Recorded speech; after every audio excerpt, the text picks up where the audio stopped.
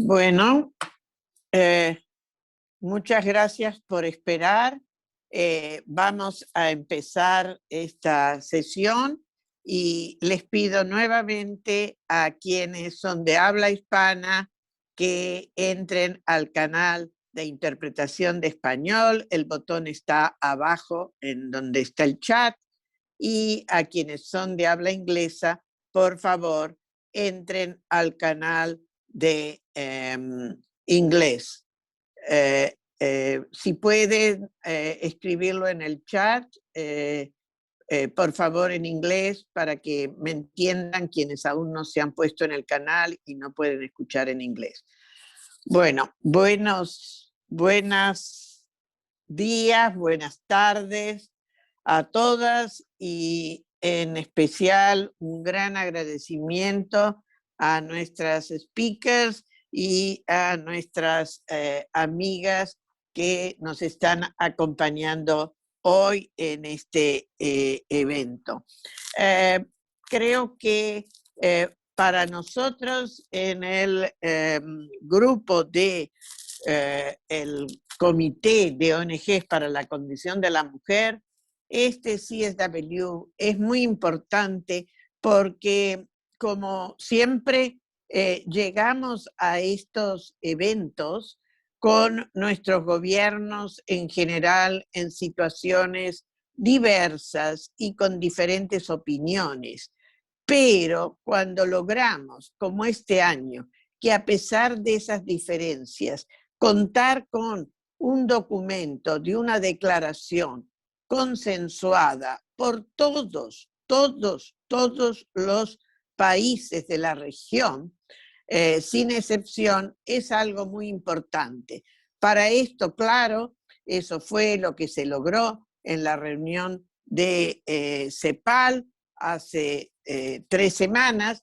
Lógicamente hubo que hacer concesiones y hay temas que no se pudieron mencionar o poner, pero lo importante y lo más fuerte está allí dicho y es algo que nos parece muy importante porque en estos momentos que se está negociando el documento acordado, que la región tenga una voz unificada es positivo. Lamentablemente, lo que no logramos, a pesar de las presiones que hicimos, es que hubiera un acuerdo de todos los países de nuestra región para designar a quien esté ocupando el lugar o la silla de vicepresidente por nuestra región en el board. El board es el presidente, que este año es un hombre, es armenio, de la misión de Armenia, y hay 5 asientos, uno como vicepresidentes, uno para cada región. La de América Latina y el Caribe quedó vacía por falta de un acuerdo. Esto es muy lamentable porque es allí donde se hace la mayor presión para en las negociaciones el board poder ir aportando soluciones a las diferencias que se plantean por los distintos países. Lo único que hemos conseguido ha sido que cuando se cierre esta CSW el día 25 de marzo, allí asume la representación el gobierno de Argentina en nombre de toda la región. Pero esto es para prepararlo del año que viene. Este año hemos quedado sin representación. Dicho esto, digamos que nosotras queremos hoy poder plantear y hablar de algunos otros temas que nos interesan y que en esa declaración de CEPAL no están porque no se llegó a acuerdo, porque bueno, hubo algunas diferencias. Para eso tenemos unas invitadas muy especiales que quiero agradecer. En primer lugar, quiero agradecerle a la diputada de México, Marta Tagle Martínez, que ella fue antes senadora, ahora es diputada federal, y que, bueno, como una voz no de la parte mayoritaria del gobierno, porque ella pertenece y está representando a un partido que no es el mayoritario del gobierno, pero que sí tiene una voz muy importante en representación de las mujeres políticas de México y que le agradecemos mucho su participación. Vamos a esperar a ver si María Fernanda Espinosa, que es una de las integrantes del grupo de mujeres líderes por el cambio y la inclusión y que fue presidenta de la Asamblea General de Naciones Unidas hace 3 años, si es que va a poder conectarse, porque por un error de interpretación de la hora se le superpuso. Con esto de que estamos usando la hora de Nueva York y ha habido este cambio de las 2 horas para nuestra región, ha habido inconvenientes en entender eso. Tenemos también a Rocío Rosero, de la Coalición Nacional de Mujeres de Ecuador, a Teresa Valdés, del Observatorio de Derechos de las Mujeres de Chile, y que fue una precandidata a esta diputada para la Constitucional en Chile, y que va a tener mucho para contarnos en ese campo. Y le vamos a pedir también a Lana Finucane, de Jamaica y co-chair del comité, que nos conteste algunas de las preguntas respecto a la situación en el Caribe inglés, donde las cosas tampoco son tan maravillosas. Entonces vamos a empezar planteando algunas de estas inquietudes. Para nosotros, una de las cosas que nos interesaría, y ahí vamos a ir dándole la palabra secuencialmente, y les pedimos que sean de unos 5 a 8 minutos, bueno, ¿cómo se hace para poder ampliar? ¿Cómo ven ustedes los caminos para ampliar la participación política de las mujeres en los países de nuestra región? Y en ese sentido, ¿cuáles creen que son los principales obstáculos para esto? Y cómo, bueno, ahí estará también la solución. El otro es, ¿qué papel están jugando los partidos políticos en nuestros países? Y cómo y en qué medida la violencia política que hemos observado y que estamos viendo en los últimos años actúa como un impedimento, incluso para estimular a las nuevas generaciones a su participación. Así que le voy a pasar sin más la palabra a Marta Tagle Martínez. Marta, bienvenida y muchas gracias. Muchísimas gracias, Mabel, por esta invitación, por la oportunidad de encontrarme en este espacio. Voy a poner mi reloj para no pasarme. Y bueno, decirles que sin duda creo que todos vamos a coincidir en la región que nos ha funcionado primero un sistema de cuotas y luego llegar al reconocimiento de la paridad. Así nos pasó en México, como un mecanismo para ampliar los espacios de participación política de las mujeres en los cargos de representación popular, sobre todo en los cargos selectivos. Eso nos ha llevado a que en México hoy contemos con una legislatura que se conoce como la legislatura de la paridad. Tenemos diputadas y senadores prácticamente a la mitad del Congreso de México, y eso sin duda es debido a este avance que tuvimos primero en este sistema de cuotas hasta llegar a la paridad, donde además un momento crucial fue justamente pasar en este tema que las feministas llaman de mujeres símbolo a masa crítica para poder llegar a la paridad. ¿Por qué fue tan importante? Porque cuando hubo un 33% de mujeres en el Senado de la República, fueron las que hicieron posible la reforma constitucional que daría paso al reconocimiento de la paridad, ya no como una cuota, sino como el reconocimiento a la igualdad que tenemos las mujeres a formar parte de todos los espacios de decisiones públicas. Y cambiar esto en la Constitución, en el caso de México, que requiere una votación calificada, es decir, 2/3 de quienes integran el Congreso, pues estábamos muy lejos de cumplirla, pero las mujeres ya éramos más de 1/3.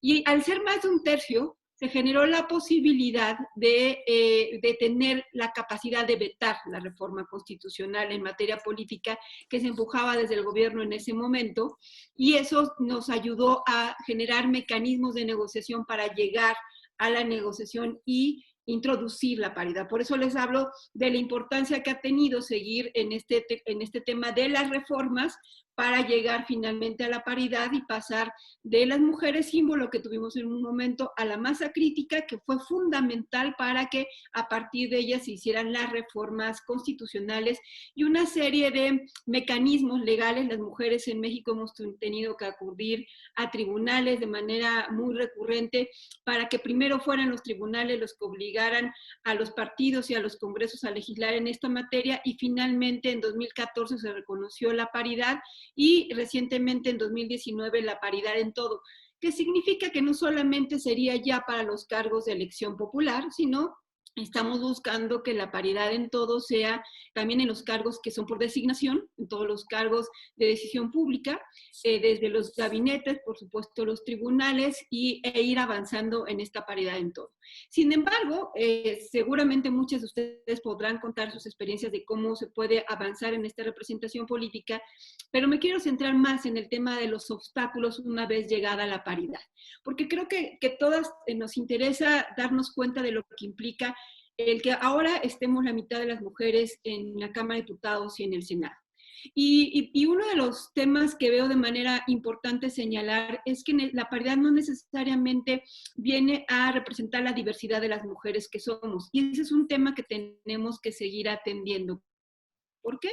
Porque en muchos aspectos creo que tenemos que seguir impulsando acciones afirmativas para que otras mujeres lleguen a esa representación. Cuando hablo de otras mujeres, por supuesto, pienso en las jóvenes, en las indígenas, o sea, no por tener la paridad ya cumplimos con toda la posibilidad de que las mujeres estemos representadas, sino que debemos seguir insistiendo en la diversidad, y para la diversidad necesitamos seguir empujando acciones afirmativas que permitan que lleguen otro tipo de mujeres, porque no necesariamente la paridad va a llevarnos a que se cubran otros sectores de la población.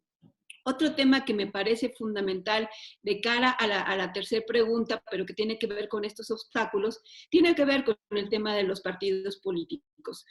En México, como en muchas partes de nuestra región, los partidos son quienes definen, al final de cuentas, las candidaturas, ¿no? Y aunque haya procesos más o menos democráticos al interior de los partidos políticos, son quienes tienen la última palabra. Entonces, lo que nos estamos enfrentando hoy en México frente a la paridad es que todos los partidos deciden qué mujeres poner. Mujeres que no necesariamente tienen trayectoria, tienen compromiso con la agenda, o que han tenido un papel destacado, sino muchas veces buscando mujeres que sean afines al partido político y que no se les rebelen tanto. Y con eso voy a la cuarta pregunta. O sea, hay violencia política. Y entonces, a lo que nos estamos enfrentando, o yo les digo que la fórmula completa de la paridad es lograr que haya más mujeres en el poder, y con eso voy a concluir mi intervención, haya más mujeres en el poder, que es el primer paso, la parte cuantitativa, de que lleguemos más mujeres a estos espacios de representación, pero la siguiente parte es de más mujeres en el poder con poder.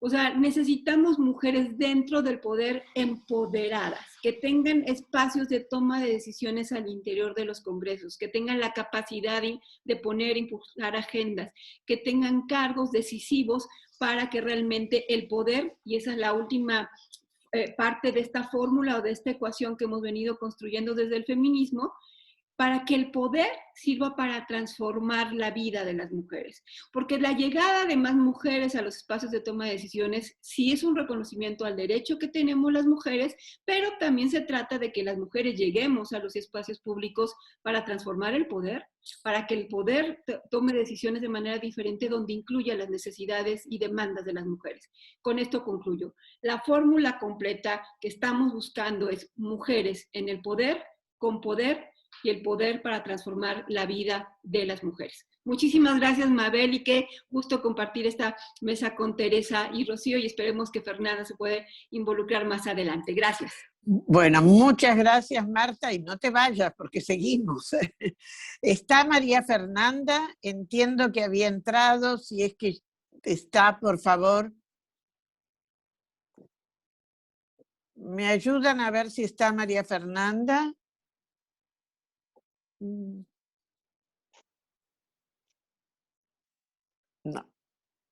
Bueno, No, no está. Bueno, No. vamos a mandarle un mensaje por las dudas, a ver si... bueno, mientras tanto, entonces, le pasamos la palabra a Rocío. Rocío Rosero, por favor. Ella es miembro y representa al grupo de la Coalición Nacional de Mujeres de Ecuador y una antigua luchadora de estos temas. Sí, Mabel, amigas queridas, gracias por esta oportunidad de compartir reflexiones sobre nuestros avances y nuestros desafíos. Al final es que cada jornada de lucha abre nuevas puertas y se multiplican los trabajos, los compromisos y las posibilidades también. Yo no quisiera saltarme el tema del contexto, y el contexto no solamente el contexto político, sino como el contexto político se ve agravado en el caso ecuatoriano, por la crisis estructural, ¿verdad? Que ya tiene de muchos años y que hace aguas aún más en el contexto COVID.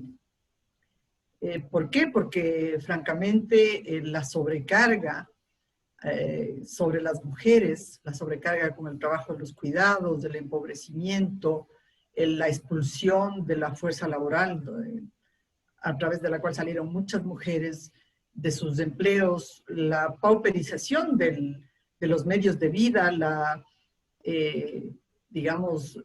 toda esta problemática ha incidido en la participación política, por un lado, pero por otro lado también ha encendido en el caso ecuatoriano esta exigencia, esta exigibilidad de las mujeres por nuestras demandas, de nuestros derechos. Y creo que las elecciones que están en curso, porque ahora vamos para segunda vuelta con 2 candidatos finalistas, nos hablan precisamente de una opción por los derechos, por la protección de los derechos humanos de las personas. Es decir, mayoritariamente el electorado votó por esa opción y a los candidatos para la segunda vuelta francamente les queda el reto grande de asumir este gran desafío. Y en el caso de las mujeres, nosotras hemos formulado un pacto por el derecho de las mujeres a una vida libre de violencia. Las mujeres y las niñas en esta expresión máxima que es muy importante. Y ese pacto es un pacto político, pero es un pacto fiscal, porque no queremos más leyes en el archivo o de papel, sin recursos, sin institucionalidad, porque la violencia le está costando, aparte de ser una grave violación de derechos humanos, le está costando al Estado ecuatoriano alrededor del 4.28 del Producto Interno Bruto. Y ese costo tiene un impacto gravísimo en las propias mujeres. Ellas son las que dejan de gastar, de invertir en sus propias necesidades de salud, de educación, de alimentación, de profesionalización incluso, para tener que suplir las situaciones de violencia y de extrema violencia. Pero también están afectadas las empresas, están afectados las familias, las comunidades, y es una situación que no se puede seguir en esta expectativa. Entonces, quiero decir que ese contexto nos marca que hemos alcanzado en la Asamblea Nacional un 37% de mujeres, que lamentablemente la aplicación de la ley, de la normativa con respecto a la cuota hacia la paridad, que es la última reforma que se hizo en el caso ecuatoriano, está en curso, pero no ha sido observada de manera, dijéramos, sistemática por los partidos políticos. Y eso hace un panorama grave porque, por ejemplo, los binomios de candidaturas presidenciales no respetaron la normativa, es decir, tenía que haber una mujer, un hombre o viceversa. 4 de las 16 candidaturas respetaron la fórmula, y esto también es un mensaje al país. Creemos que en ese marco también hay que señalar los niveles de violencia política que sufrieron, que vivieron las mujeres que participaron en la campaña electoral. Y está relacionada con los patrones socioculturales, ¿verdad? Con estos patrones tradicionales que lamentablemente están limitando la participación de las mujeres. Y en ese sentido, sí hay como grandes desafíos. Yo diría que dos que se han señalado de manera muy importante. El primero es que la trayectoria política de las mujeres esté libre de violencia de género en todos los escalones, y esa es una tarea que no es solamente un tema de las mujeres, que implica centralmente a los partidos, a la cultura política que consolidan los partidos en los procesos electorales, que también implica otro desafío muy grande y muy importante que lo hemos señalado ahora que acabamos de hacer el informe sombra al Comité CEDAW, que las mujeres que llegan al poder tengan una conciencia de género y, como ha dicho Marta, que tengan el poder suficiente para impulsar una representación sustantiva que lleve a la práctica la agenda de género en nuestros países, no solamente es en el caso de Ecuador. Y en este contexto, obviamente que los desafíos le tocan a los partidos políticos, cuyo rol es fundamental, a pesar de los reiterados llamados, de la normativa internacional, de los compromisos que les marcan los convenios de los tratados. Hay, digamos, una limitación muy grande, se resisten los partidos a aplicar esta normativa, y por lo tanto eso afecta a la participación de las mujeres. Luego también hay que decir que los partidos están sumidos en una crisis grande y profunda en todos nuestros países, con una credibilidad según el Latino Barómetro de 13%, y esto es gravísimo porque también afecta enormemente. Pero el otro factor que es un gran desafío, al igual que las políticas de igualdad en términos generales, es el cambio de patrones socioculturales. La cultura y los estereotipos de género que constriñen la participación política de las mujeres es un proceso que tiene que caminar sobre ruedas de manera sistemática. Y eso obviamente que requiere de inversión en políticas para desarrollar capacidades, para desarrollar potencialidades, no solo de las mujeres, pero también de los partidos, para asignar recursos, ¿verdad?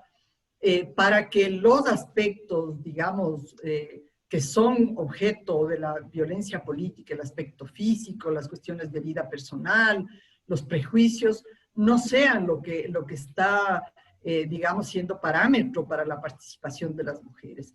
Necesitamos superar esa cultura, y esto supone un cambio radical que nos pondría en una cultura democrática de mejor situación. Creemos también que en el caso ecuatoriano, pero vemos que es en otros países de América Latina, los discursos ultraconservadores contra las mujeres de la esfera pública están jugando un rol no menos importante, que hay que tomarlo en cuenta como un factor limitante a la participación política de las mujeres.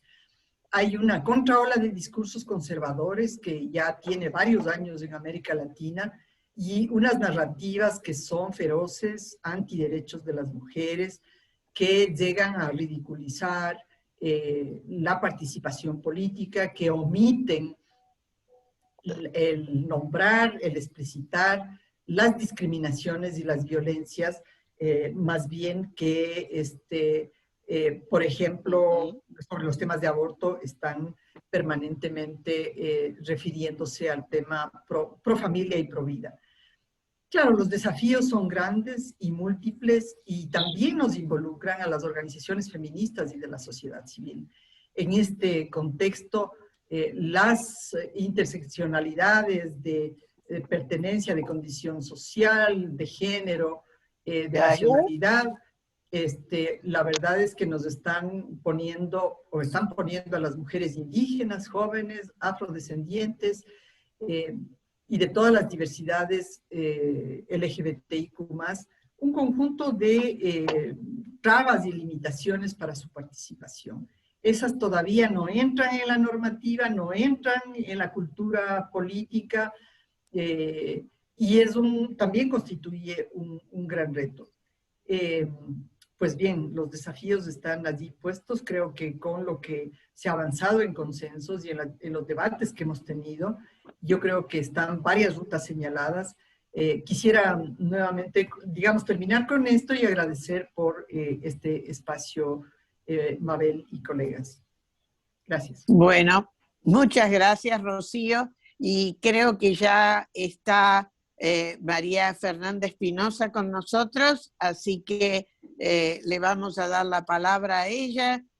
Como anuncié antes, María Fernanda es integrante de un grupo de líderes por la innovación y el cambio, pero hace 3 años tuvimos el honor de que fuera la presidenta de la Asamblea General de Naciones Unidas, algo que, bueno, no ocurría, fue la primera mujer. Lamentablemente todavía no tenemos otra y todavía no tenemos una secretaria general, pero vamos a luchar por eso. María Fernanda, adelante. Bueno, Mabel, muchísimas gracias. Estoy encantada de estar aquí en este espacio de reflexión sobre la participación política de las mujeres en el contexto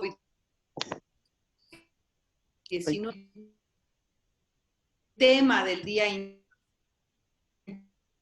Internacional.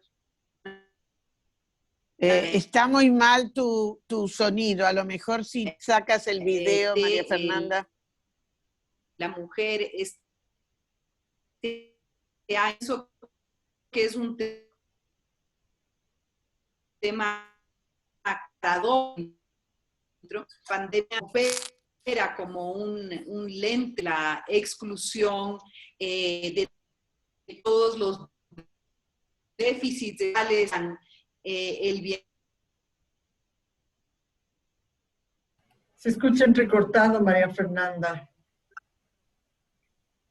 Parece que se fue la conexión, pero pues... Sí, no, ahora te vemos. A lo mejor si apagas el video hay mejor conexión. Disculpa, te queríamos ver, pero te queremos escuchar también. Bueno, si podemos, si pues volvemos a perder la conexión, ahí me bueno, dicen. ¿cómo no? Pero por ahora pues avancemos así. Decía que estamos viviendo esta gran paradoja de las mujeres y las niñas, pues las más afectadas, es una multiplicación, cifras que han crecido de manera exponencial en las formas de discriminación transaccional contra las mujeres y las niñas, la profundización de las brechas de protección social. Se pierde. Sobre representación en el mundo de los cuidados, ¿no? Y decía, es una gran paradoja. Por un lado tenemos esto, pero por otro lado tenemos a mujeres de todas las edades demostrando una gran capacidad de respuesta y de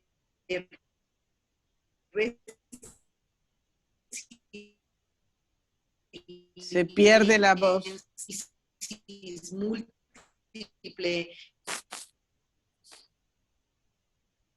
Se te pierde la voz, María Fernanda.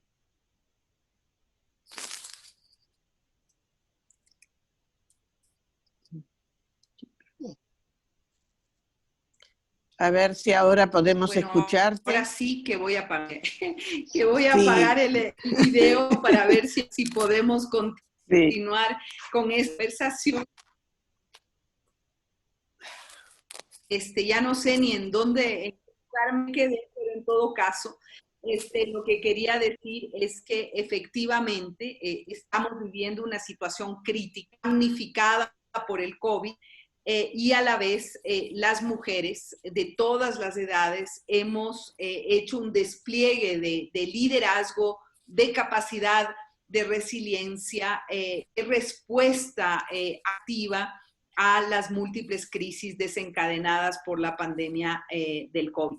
Las cifras son escalofriantes en todos los índices, es decir, en aquellos espacios donde las mujeres estamos sobre representadas, como en la economía del cuidado, que sabemos que está subvalorada, no remunerada y a la vez subrepresentadas en los espacios de toma de decisiones, en los espacios de liderazgo. Pertenezco a la Comisión Internacional de Lancet sobre el COVID-19 y esta mañana muy temprano mirábamos un estudio que señalaba que el 85% de los comités de toma de decisiones por el COVID a nivel nacional, a nivel mundial, el 85% está conformada por hombres, ¿no? En adelante, pues, podemos seguir de manera, extensa, hablando de los espacios de liderazgo donde las mujeres seguimos subrepresentadas. En los parlamentos apenas nuestra presencia llega al 25%, en los gabinetes gubernamentales, el 10% en roles de jefatura de Estado y de gobierno, en fin. Es decir, hay una enorme deuda pendiente, la necesidad de que pues, las mujeres estemos realmente, ¿no?, en los espacios de toma de decisión, en los gobiernos locales, en las decisiones comunitarias, en los espacios multilaterales, es absolutamente imprescindible. Ya Mabel decía que pues es increíble pensar que en 76 años de historia de la ONU hayamos tenido apenas 4 mujeres presidentas de su órgano regulatorio más importante del Parlamento de la Humanidad, que es la Asamblea General. Curiosamente, esas 4 mujeres hemos venido de países del sur global y pues yo he tenido el privilegio de presidir la Asamblea como la primera mujer de América Latina y el Caribe. Entonces, hay muchísimo que hacer. Creo que debemos aprovechar de este espacio, de esta plataforma que nos ofrece el Foro Generación Igualdad, Estado como del comité directivo del Foro Generación Igualdad, transitando, co-creando, participando activamente en los espacios estos de co-creación. Yo creo que el Foro Generación Igualdad es una gran oportunidad que tenemos para reforzar los compromisos y la agenda internacional y acelerar el progreso hacia la igualdad de género. Esta plataforma pues reúne a gobiernos, a organizaciones de la sociedad civil, al sector filantrópico, al sector privado y nos ofrece una plataforma única, ¿no?, para empujar esas transformaciones fundamentales para avanzar en la igualdad, cumplir con los compromisos internacionales, reflejar esos compromisos internacionales, esa gran batería multilateral en las legislaciones nacionales, en las políticas públicas a nivel nacional. Creo que las coaliciones de acción del foro, centrados en los principales temas de la agenda, como la violencia de género, los temas del empoderamiento económico, la autonomía sobre el cuerpo y los derechos de salud sexual y reproductiva, la acción feminista por la justicia climática, los temas de tecnología y de inclusión digital y, por supuesto, el fortalecimiento y potenciación de los movimientos y liderazgos feministas. Yo creo que será una gran oportunidad. He estado también muy de cerca en pensar ese nuevo pacto sobre el rol de las mujeres en la paz y la seguridad.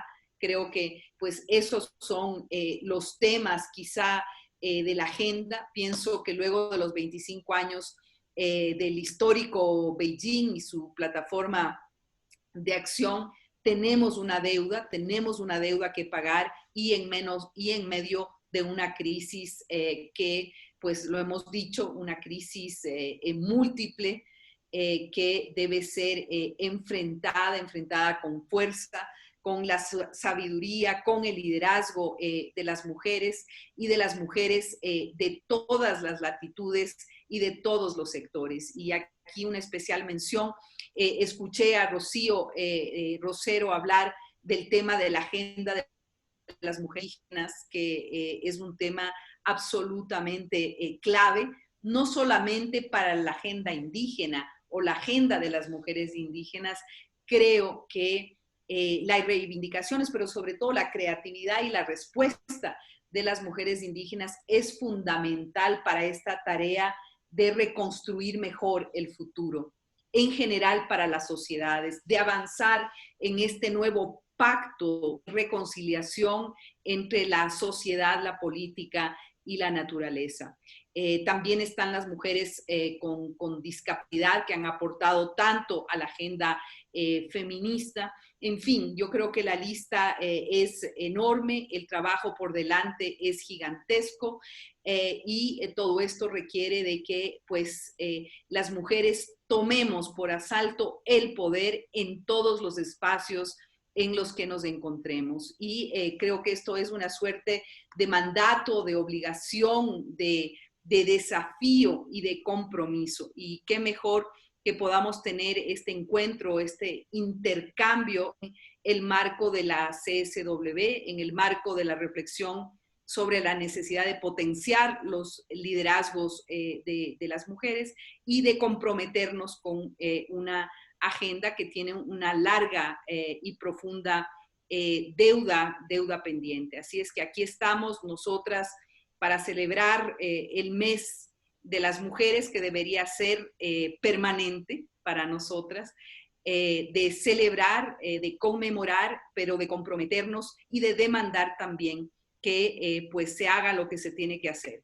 Esta mañana en una reunión se hablaba del subfinanciamiento profundo en todos los paquetes de recuperación económica, incluso en las economías más desarrolladas, menos del 20% de los recursos invertidos, estos paquetes de recuperación archimillonarios, menos del 20%, está destinado al empoderamiento de las mujeres, a la acción afirmativa por los derechos de las mujeres y al empoderamiento económico de nosotras. Es decir, hay mucho que hacer, mucho por delante. Espero que nos volvamos a encontrar en el Foro Generación Igualdad a fines de mes en México. Gracias, Mabel, por este espacio y un abrazo a todas ustedes. Ahora sí, prendo por lo menos, prendo esto y ojalá no se nos vaya el de nuevo. Bueno, muchas gracias, María Fernanda, y espero nos puedas acompañar ahora un rato, así vamos a ir dialogando. Han puesto en el chat, alguien quiere, si pueden anotar, dónde o la referencia para ubicar el estudio de Ecuador. No sé si puedes ponerlo en el chat, María Fernanda, así al que hiciste referencia. Ahora entonces le vamos a dar la palabra a Teresa Valdés de Chile. Adelante, Teresa. Hola, hola queridas amigas. Gracias, Mabel.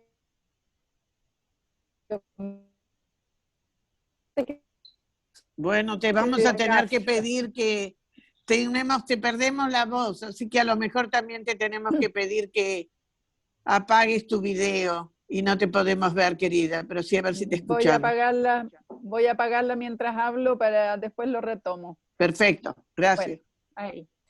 Bueno, lo primero es, igual que Rocío, poner un contexto. Chile viene en un proceso de una crisis importante, una crisis social, política, lo que hemos llamado una revuelta, que tiene antecedentes en el movimiento feminista. El Mayo Feminista de 2018 en Chile fue extraordinariamente masivo Y de ahí a octubre de 2019 se mantuvieron las movilizaciones de mujeres, pero en octubre de 2019 hemos tenido un proceso de una crisis extraordinaria, social, política, de rechazo a la política, rechazo. La crisis en el fondo del modelo neoliberal que en Chile, ustedes saben, ha sido brutal.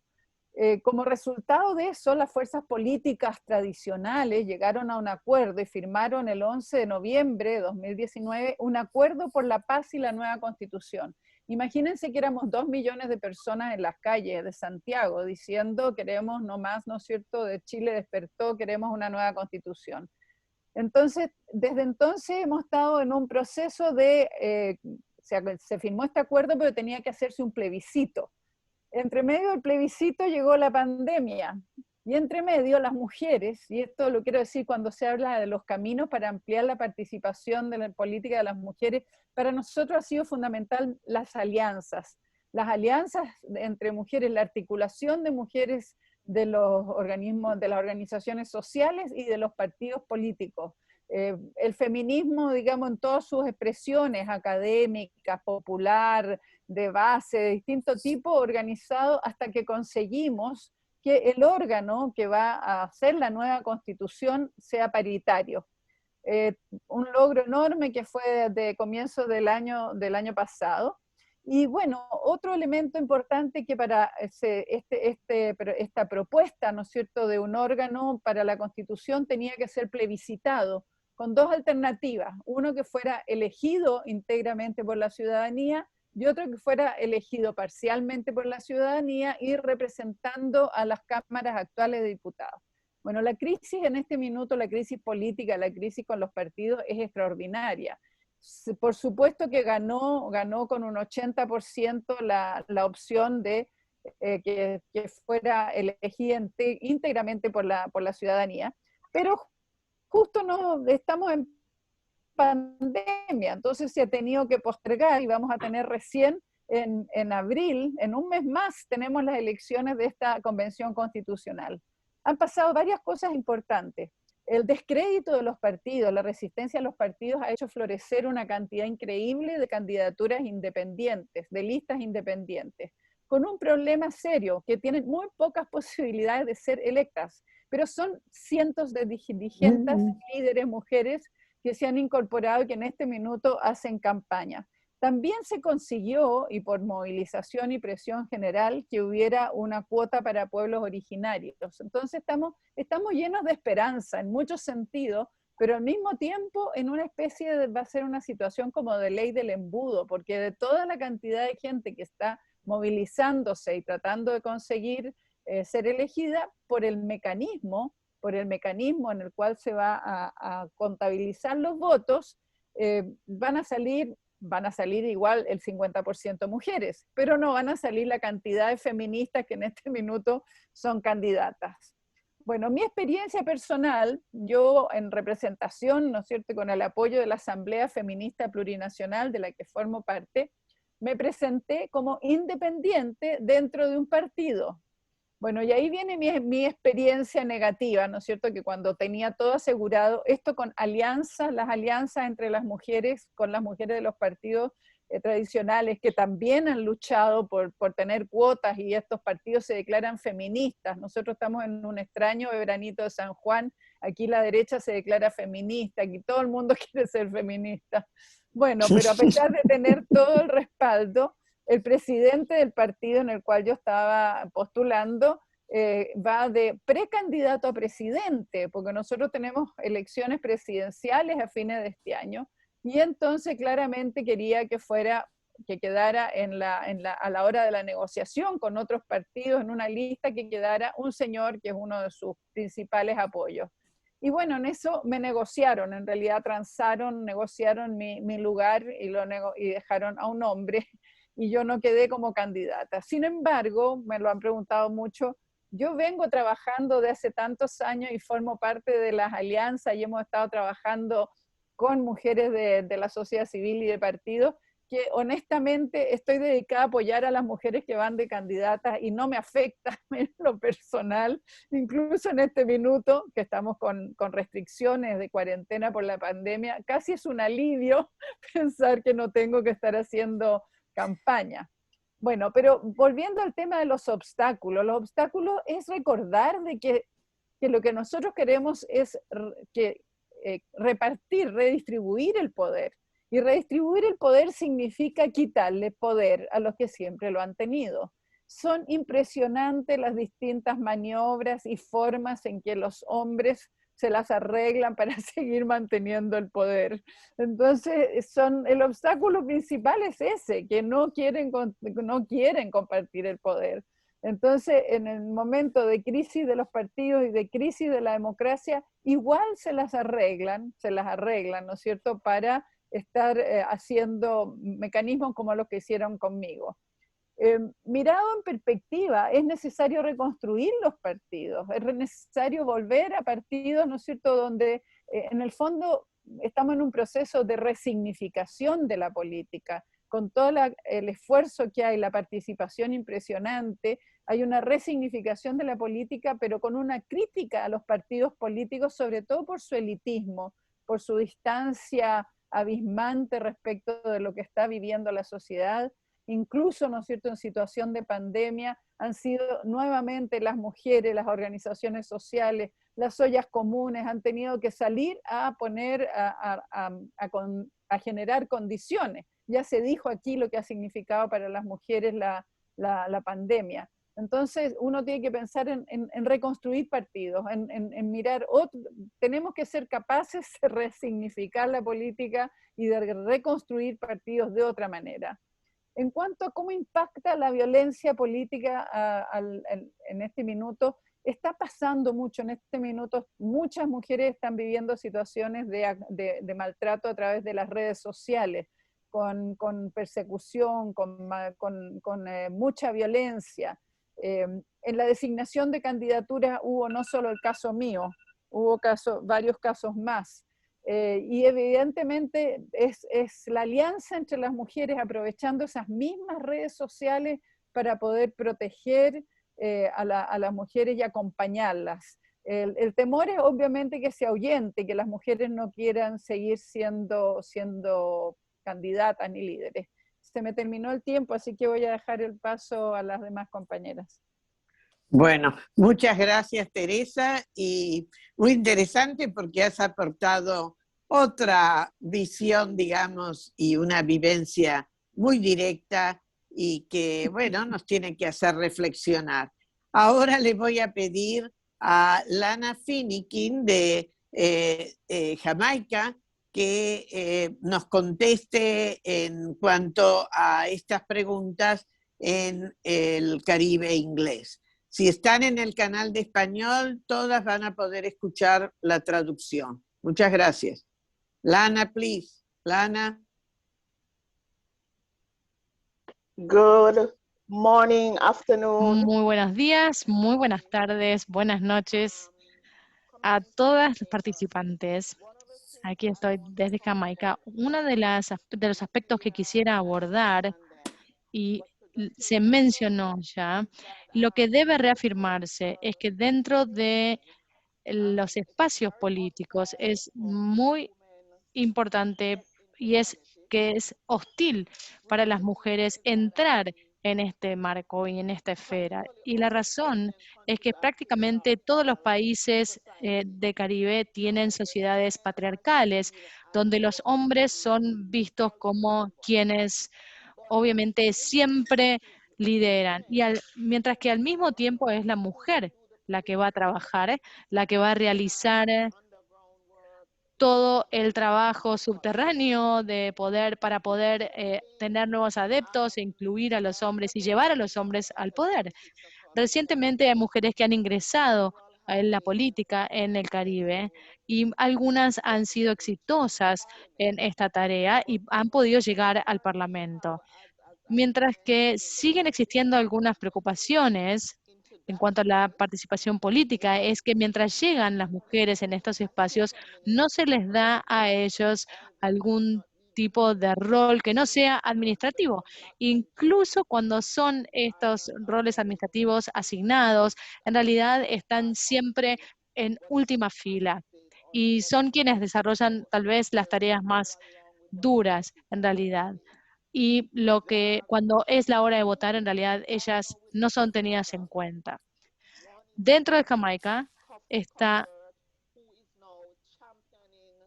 Cosworth, que hoy está siendo el líder que está promoviendo la legalización del aborto. Ella está dentro del partido del gobierno y Lisa Hanna, que está en el partido opositor, está apoyándola para lograr también que se involucren los demás movimientos en el proceso. Nosotros, desde luego, contamos con las iglesias y con los conservadores que están luchando en contra de que esto se logre. Lo otro que quiero mencionar es que nosotros continuaremos haciendo todo el trabajo de campo, siempre,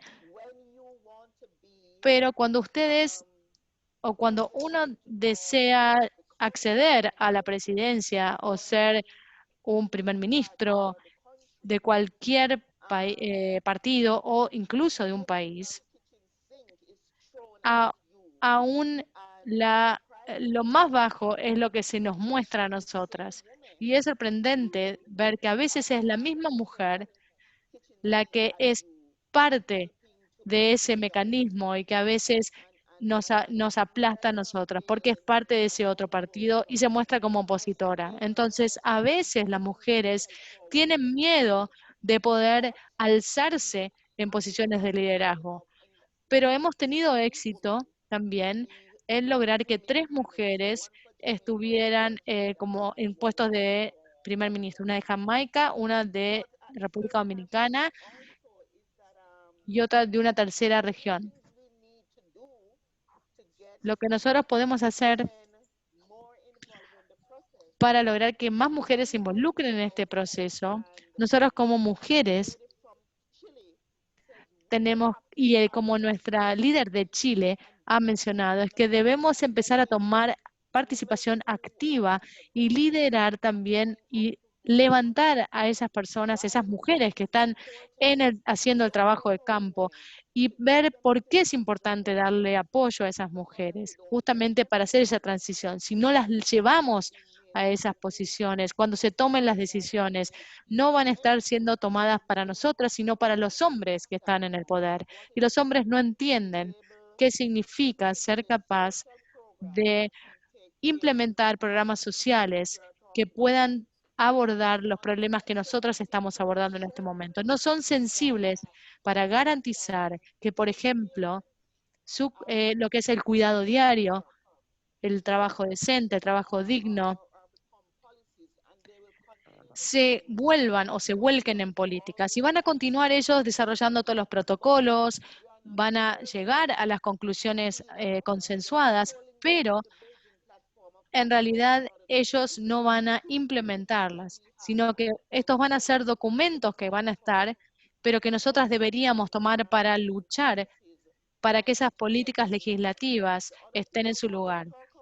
Lo otro que quisiera poder tocar y abordar es que como una mujer en el Caribe y como mujeres en el Caribe, continuamos siendo la primera línea o el frente de batalla con las ONGs y las organizaciones de la sociedad civil en poder realizar una participación activa y desarrollar el trabajo. Pero en última instancia, cuando se trata de poder colocar a las mujeres en esas posiciones, somos últimamente las mismas, las que terminamos diciendo o las que escuchamos, no son capaces de cumplir esos puestos, no tienen esas cualidades.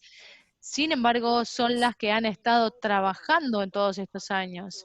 Y nosotros continuamos, más allá de esto, luchando contra estas barreras. Y para mí, necesitamos comenzar a trabajar de manera conjunta en todo el mundo, más allá de las fronteras, para poder garantizar que nosotros aprendamos unas de otras y que podamos acceder al apoyo de Latinoamérica y que podamos pedir ese apoyo también, no solamente a Norteamérica, sino también Sudamérica sin excepción, y asegurar de esa manera que cada mujer que esté luchando y que quiera ser candidata a estas posiciones pueda ser capaz de acceder a estos espacios donde pueda luchar dentro de un partido político y dentro del gobierno que esté en su cargo, para poder asegurar también de que nosotras podamos avanzar. Muchas gracias por el espacio. Bueno, muchas gracias, Lana. Muy claro, y digamos que en este momento Caribe tiene las dos únicas primeras ministras en toda la región. Así que dentro de todas las dificultades que hay, que señaló Lana, tienen ese privilegio, ya que no tenemos, en el resto de los países, no tenemos ninguna mujer con el alto nivel de mando. Le paso ahora la moderación a Valeria Vázquez, que es la coordinadora de la Red de Jóvenes de América Latina y el Caribe, para que, les pregunte a nuestras panelistas desde las jóvenes cuáles son las principales inquietudes y temas que les interesa conocer. Valeria. Hola, ¿qué tal? Buena tarde o días en algunos casos. Pues sí, desde las jóvenes en realidad creo que es importante que desde acá podemos reconocer que la participación política es diversa, y en ese sentido podemos reconocer que la participación política o nuestra preocupación es que no solo está en los partidos políticos o en las estructuras que podemos mirar hacia afuera, ¿no? Que podemos reconocer que la participación política también está en la toma de espacios públicos, que está en la incidencia política que realizamos desde la sociedad civil y hasta los espacios comunitarios, ¿no? Ahí están las mujeres jóvenes, y así de diversa es su participación política, que en ese sentido los retos se vuelven igual de diversos, ¿no?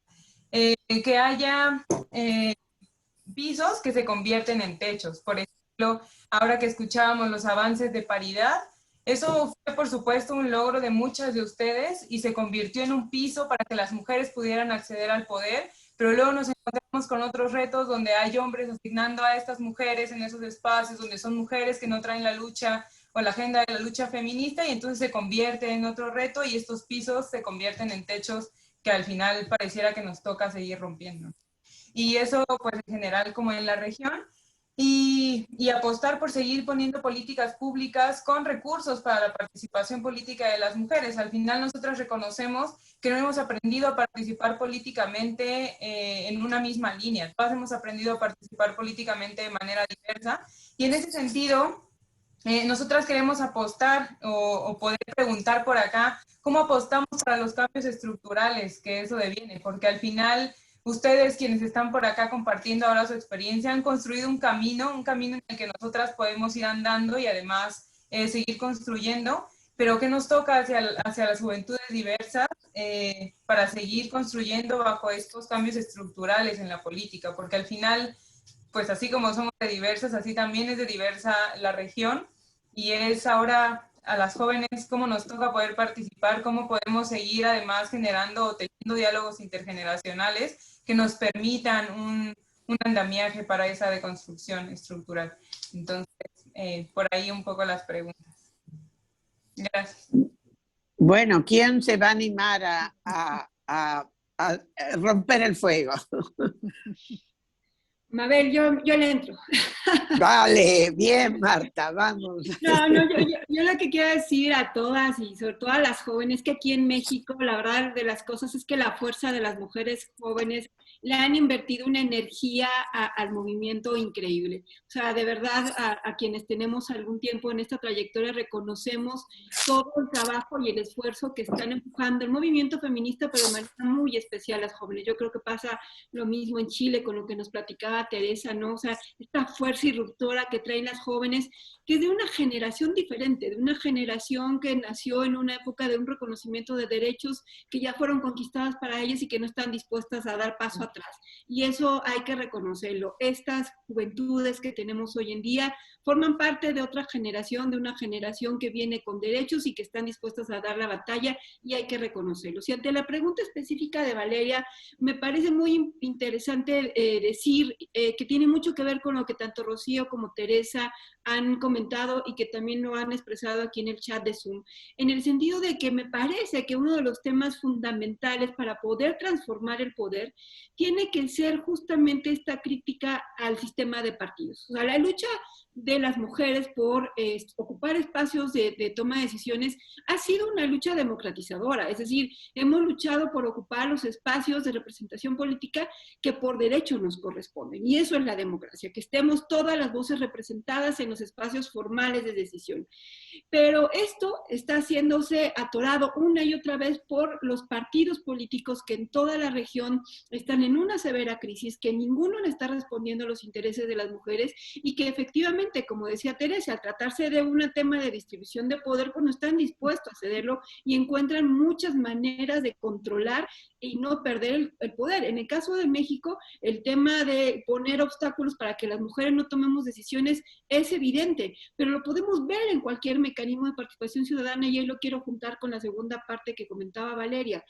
Por ejemplo, se ha legislado en candidaturas independientes. La legislación en materia de candidaturas independientes en México es más grande que la legislación de los partidos políticos. Tiene más artículos, más burocracia, y es prácticamente imposible. Es decir, generan un medio de participación ciudadana sin partidos políticos, pero que la hacen en los hechos imposible. Y hasta la fecha solamente hemos tenido 1 o 2 diputados federales que han llegado por la vía independiente sin partidos políticos. Se hace una ley para el tema de la revocación de mandato y se pone todo a modo para que justamente sea el presidente, los partidos, los que tengan la última palabra y sean los que puedan ratificar el mandato de un gobernante. Entonces, me parece que también la lucha tiene que ir desde dentro del poder a formalizar los espacios de participación ciudadana, que también tiene que ver con un tema de democratización. Y mientras tanto, seguir haciendo lo que ha hecho la ciudadanía y las organizaciones de la sociedad civil, y con esto quiero concluir para escuchar a las demás panelistas, porque me parece que yo por lo menos desde las organizaciones de la sociedad civil, he aprendido esta capacidad que tienen de incidencia en el poder público, que ha sido muy atacada en los últimos años, con menos financiamiento, con una serie de restricciones legales, ¿no? O sea, las organizaciones de la sociedad civil están siendo muy atacadas, y creo que tenemos que buscar nuevamente mecanismos de fortalecer el papel de incidencia que tienen las organizaciones de la sociedad civil. Por lo menos en nuestro país quedaron prácticamente sin poder acceder a recursos públicos, pero es desde las organizaciones de la sociedad civil donde se hace mucha incidencia. Les voy a poner un ejemplo muy concreto. Desde hace un año aproximadamente, con organizaciones de la sociedad civil empezamos a hablar de un tema que tiene que ser un tema público, porque de eso se trata la llegada de las mujeres a los espacios, que es el tema de la menstruación. Y esta articulación de mujeres y organizaciones han tenido la capacidad de articularse, de poner toda su capacidad para que este tema hoy sea un tema de discusión en la agenda pública. ¿Por qué? Porque también tenemos que hablar cómo desde la política pública se deja de atender un tema como es la menstruación que viven las mujeres y que forma parte de la salud sexual y reproductiva de las mujeres. Y creo que sin duda, como decía Rocío, creo fue la que comentaba, no fue Teresa que comentaba que también aquí la derecha tiene, se dice feminista, pues la mejor manera de diferenciarnos es cuando hablamos de salud sexual y reproductiva. Ahí se nota de verdad quién está en la agenda feminista, la agenda por la igualdad, y pues quiénes solamente quieren usarla. Yo hasta aquí lo dejo, Mabel, muchas gracias. Muchas gracias. No sé si está María Fernanda, si está todavía, si quiere hacernos algún comentario al respecto. No la veo. Teresa, Rocío, Lana, ¿quién ahora levanta la apuesta? Yo quiero hablar algo. A ver si no se Adelante, Teresa. Mira, cuando se produce este proceso como de cambio cultural en que todas las mujeres quieren estar, sucede al interior de los partidos, de las organizaciones, de las instituciones. Entonces, es en ese contexto que es posible hacer estas alianzas de empoderamiento, y para lograr la paridad en el órgano constituyente hubo alianzas que incluyó algunas diputadas de derecha. Entonces, efectivamente, cuando ya se hace evidente que las mujeres no pueden estar fuera, es posible construir alianzas y es una especie de marea. Entonces, yo soy bastante optimista en el sentido de que tenemos en este minuto una Secretaría Técnica en el Poder Judicial que está haciendo un esfuerzo enorme y avanzando, un poder tremendamente patriarcal, jerárquico, machista, ¿no es cierto?, que afecta tanto la vida de las mujeres, pero entonces es el contexto de la validez de la demanda de las mujeres lo que nos está permitiendo, por un lado, hacer muchas alianzas y por otro lado, que parezca de sentido común, como decía la Julieta Kirkwood. Ese es el avance, cuando ya pasó a ser parte del sentido común, que tiene que haber igualdad. En este minuto es divertido escuchar la franja electoral que tienen los candidatos en la televisión, que es obligatoria, cómo hablan de la igualdad de género, y tienen que estar las mujeres todas iguales. Entonces, es el conjunto que va avanzando, pero las alianzas son fundamentales, o sea, el tejer alianza con mujeres de esos partidos tradicionales con los que nos dijimos una vez, tenemos que comer sapos y culebras porque tenemos una tarea común y nos vamos a poner de acuerdo. No sabemos qué va a pasar para la Constitución misma, pero tenemos amplios niveles de acuerdo, digamos, en términos de qué es lo que queremos decir las mujeres. Aquí Rocío ha sido una colaboradora en nuestros procesos de preparación, contándonos la experiencia de Ecuador. Entonces, las alianzas son claves, tanto de países, tanto, digamos, experiencias de generación a generación. Los jóvenes, ayer, este domingo, tuve yo un panel con candidatas, precandidatas o sea, no son candidatas ya a la constituyente, eran 6, había 3 que habían sido dirigentes del movimiento estudiantil, en 2006, en 2011, en 2018, jóvenes de 32, de 34 años, es impactante y todas quieren estar. Vamos a tener problemas después de la elección porque van a quedar menos que las que quisiéramos, pero va a ser paritario. Perfecto. ¿Quién más? Hay muchas preguntas en el chat, así que si les parece, vamos a juntar algunas. Hay varios comentarios y preguntas respecto al tema de la conveniencia que se habló de crear partidos políticos feministas. Se habló, hay comentarios en el chat de lo que significa económicamente eso en algunos países, y también hay un comentario de alguien que dice que viene militando en un partido que tiene una gran orientación de género, que es liderado por una mujer, pero que todavía es difícil la lucha interna igual. Y esto es algo que lo plantea alguien de Argentina, a quien conozco y que sé las dificultades. Entonces, está por un lado esto de, bueno, entusiasmarnos en crear partidos políticos creados por mujeres y feministas, las necesidades de lo que esto cuesta, pero también decir, bueno, con eso solo alcanza esto que nos ha dejado. Me gustaría una reflexión de ustedes. Bueno, quizás, Mabel, yo puedo tomar la posta aquí, porque también, bueno, 2 cosas en Ecuador. La primera es que el electorado femenino es muy importante y el electorado y joven. Entonces, tenemos los dos fenómenos juntos que obligaron a los candidatos a segunda vuelta que estaban olvidados de quiénes somos las ciudadanas y ciudadanos, porque se omiten, ¿verdad?, las identidades, las necesidades, las demandas. Pero ahora no, ya también son feministas los dos, ya están ofreciendo el oro y el moro.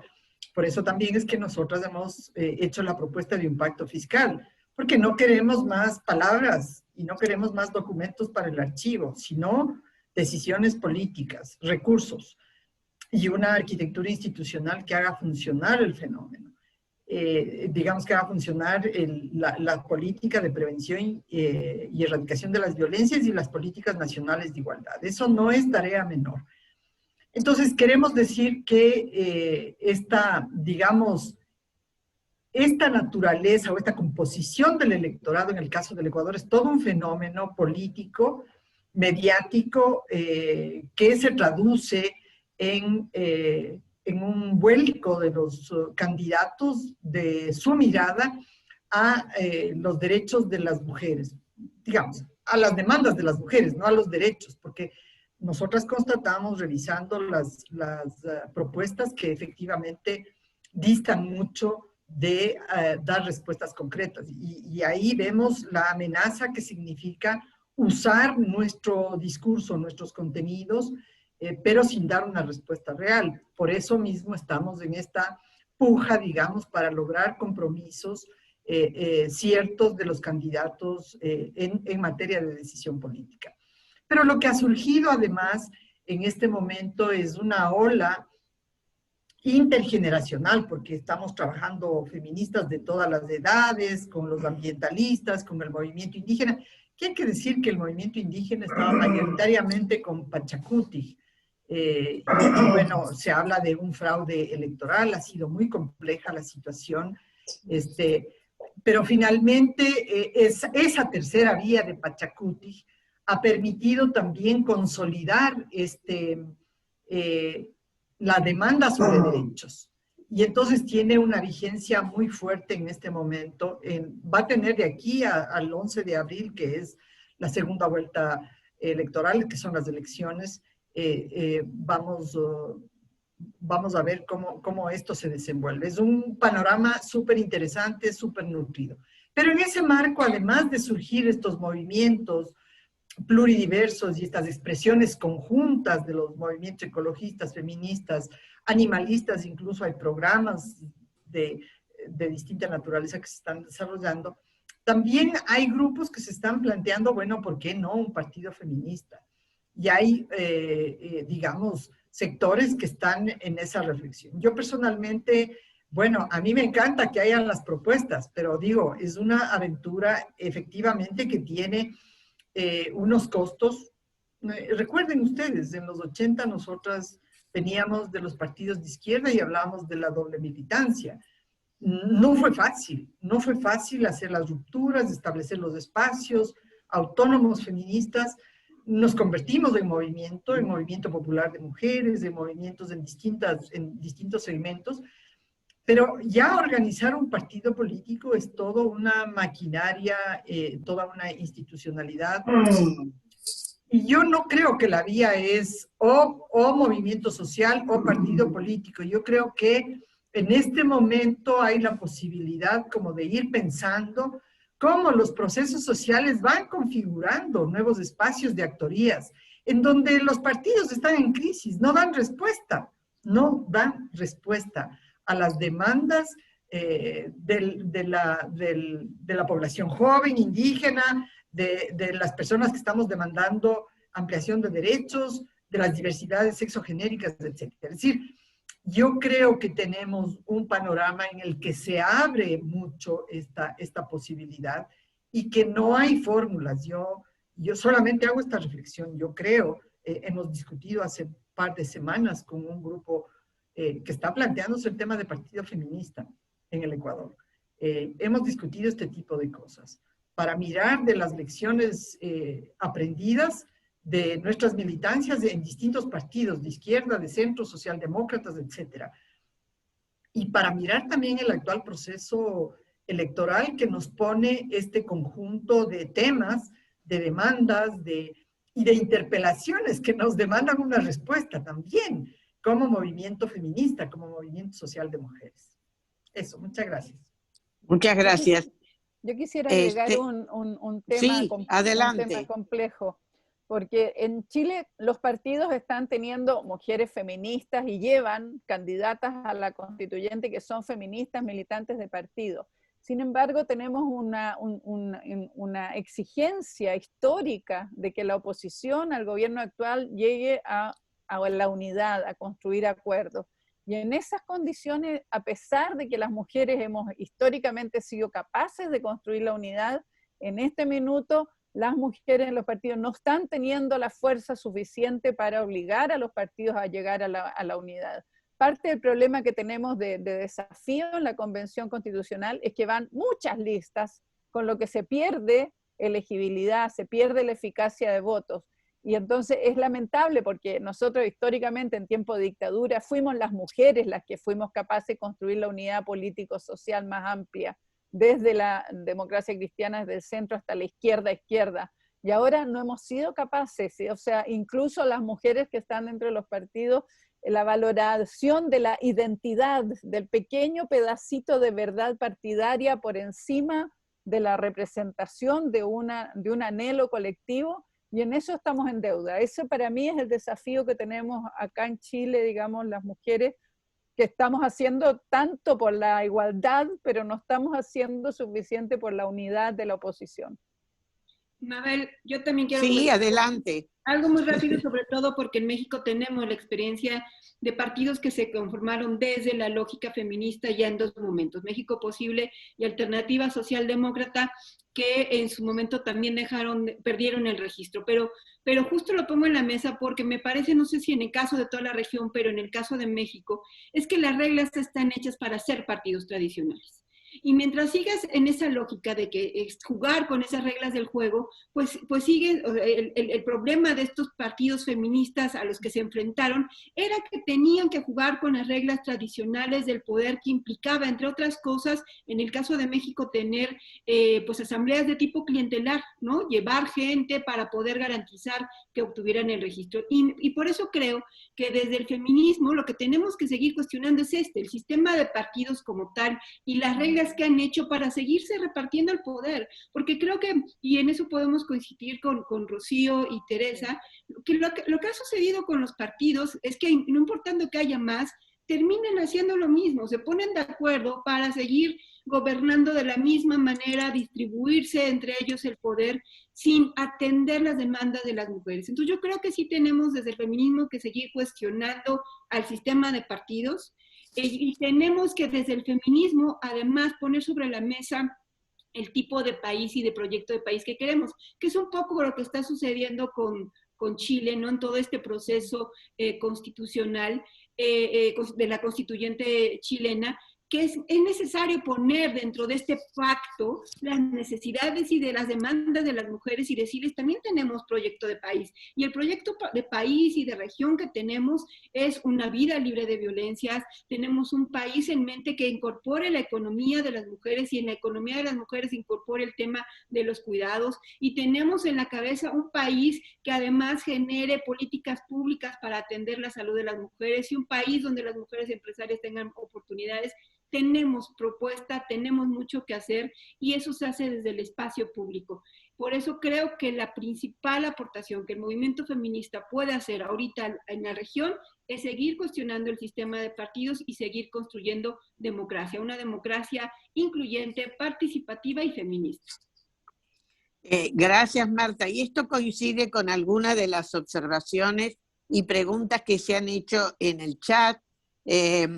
Porque hay quienes están hablando muy claramente sobre el problema de la corrupción y cómo el cuestionamiento a los partidos políticos en gran medida se basa en esto. Pero entonces, ¿cuál es el aporte? Y ahí hay quien dice, bueno, esta es una ventana de oportunidad para las feministas para construir desde allí. También hay un aporte interesante de una diputada mexicana, también Lucero Saldaña, que dice, bueno, la construcción de liderazgos intergeneracionales es el compromiso, y por ahí fortalecer entonces y deconstruir obstáculos como es, por ejemplo, el tema de las dimensiones de la corrupción, del impacto, y diferenciado entre mujeres y hombres. Y ahí es tal vez el gran desafío en el cual se pueda llegar a una unidad, como está pidiendo Teresa, que no se ve a veces en la alianza de las mujeres de los distintos partidos políticos. Y ahí viene algo que señaló muy fuerte Lana respecto a muchas veces como las mismas mujeres somos las principales objetoras, perdón, a la participación de las mujeres o a la crítica sobre la participación de las mujeres. Si tuviéramos esos principios establecidos, creo que va a ser más fácil la unidad. No sé qué piensan de esto. No sé si quedó claro, perdonen. No, Marta me dice que no.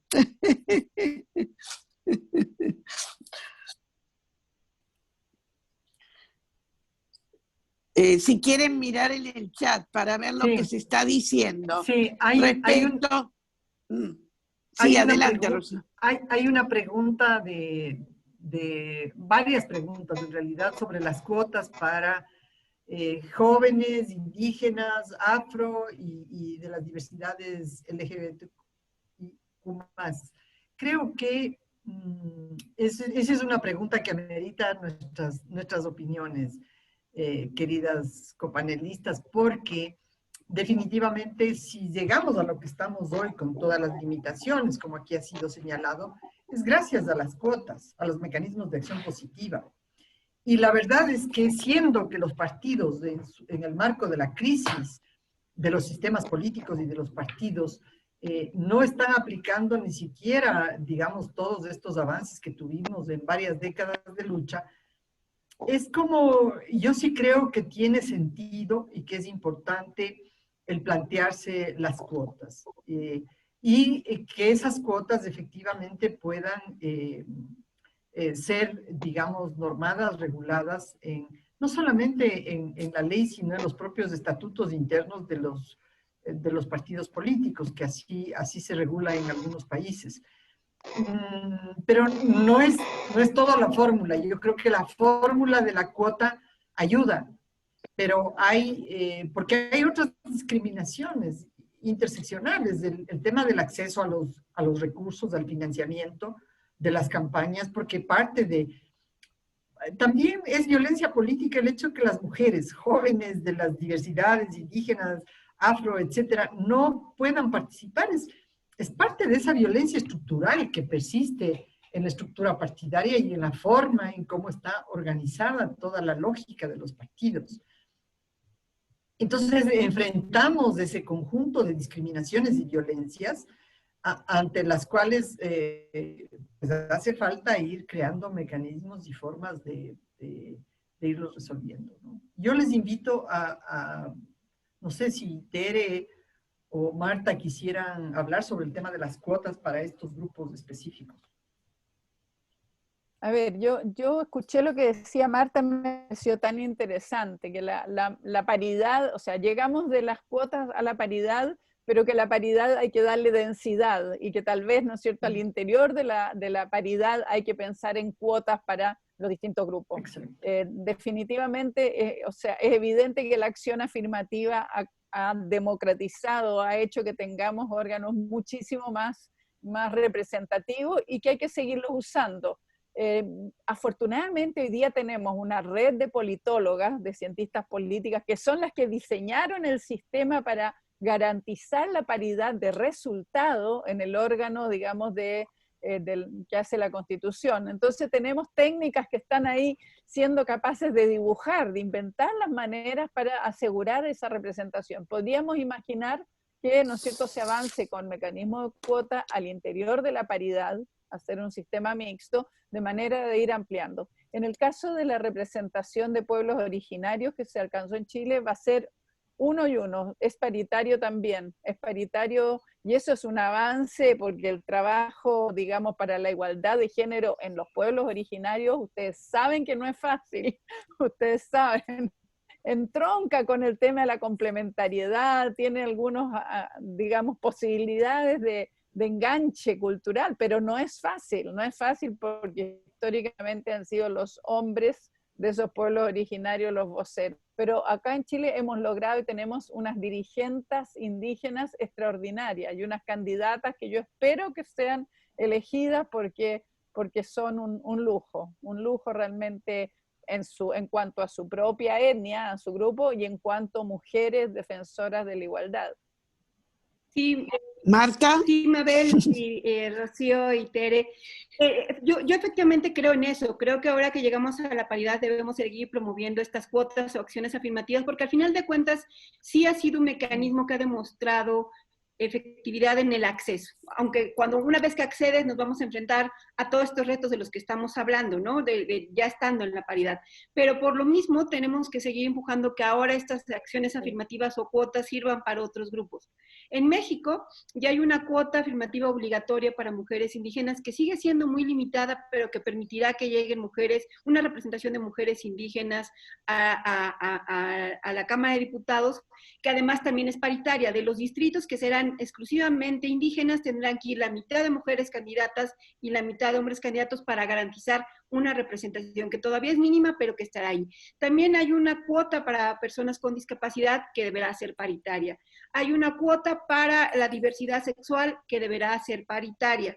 Entonces, creo que dentro de la paridad no podemos dejar estos mecanismos de acción afirmativa y tenemos desde hace mucho tiempo en el tema del financiamiento para la capacitación, porque lo han tomado acá, tenemos etiquetado un 3% de los recursos públicos para la capacitación de formación de liderazgos. Hemos batallado mucho con la fiscalización porque los partidos lo usan para todo, menos para lo que debe ser, pero insistimos en eso y ahí está.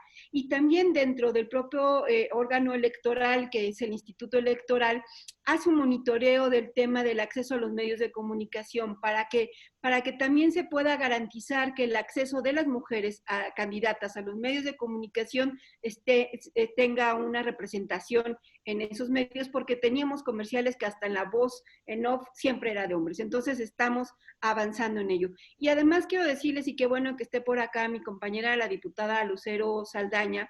Ella es una diputada mexicana que desde hace 9 años presentó la primera iniciativa en materia de violencia política, que finalmente el año pasado se aprobó en México, que es un paquete de reformas para prevenir, atender y sancionar la violencia política, y que este año va a ser muy importante en México porque va a aplicar. Se generan medidas de sanción de tipo administrativo, jurisdiccional e incluso penal para diferentes tipos de violencia política contra las mujeres. Ha sido un esfuerzo muy grande durante muchos años de muchas mujeres como Lucero Saldaña, que no han quitado el dedo del renglón, pero que son mecanismos legales que nos van a permitir en este proceso electoral, que en México estarán en más de 22,000 cargos de elección popular, multiplíquenlo por el número de partidos y de ellos la mitad tendrán que ser mujeres. O sea, habrá muchas mujeres en campaña este año en México y podrán recurrir a estos mecanismos legales.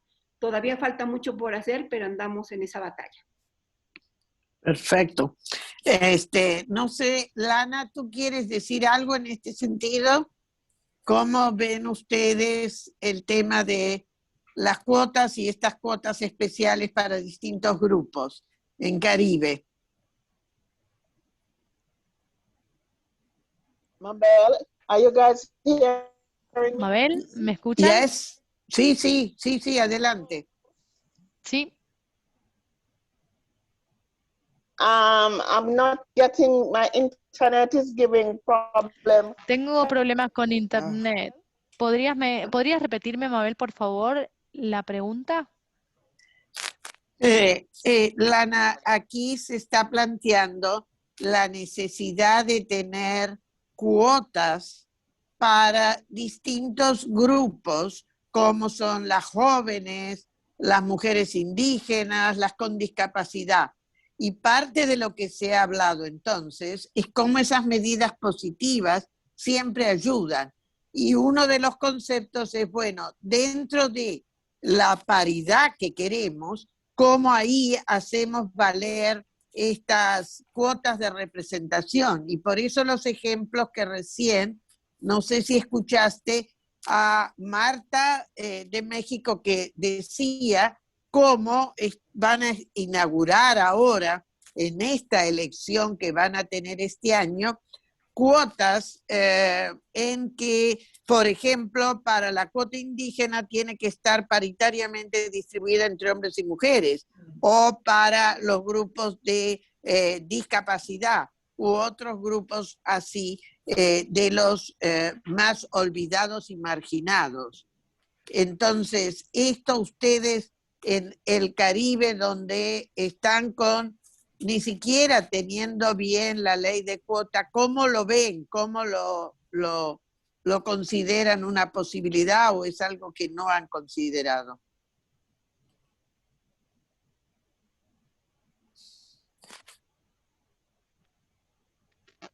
Well, there are Caribbean countries that have Hay quotas. algunos países del Caribe que tienen cuotas, pero como mencioné anteriormente, aun cuando las cuotas están y existen, las mujeres que quieren avanzar encuentran barreras, porque como mencioné, por un lado, financieramente es posible que no tengan posibilidad de costear la campaña. Por otro lado, no tienen el apoyo de las mujeres. Algo más que pasa en Jamaica es que nosotros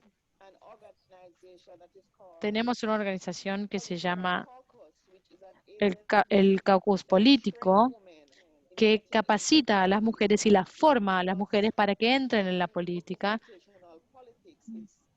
pero las entrena en todos aspectos de política. Se habla de finanzas, de administración, de gestión. Perdón, pero se perdió el audio de Lana.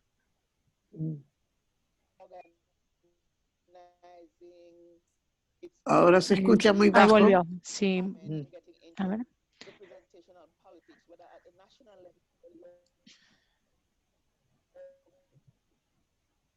Perdón, pero va y viene el audio. Es muy difícil entender las Lana, frases. Se entrecorta. sorry, it's very bad your sound. Es muy malo tu sonido. ¿Puedes repetir esta última parte?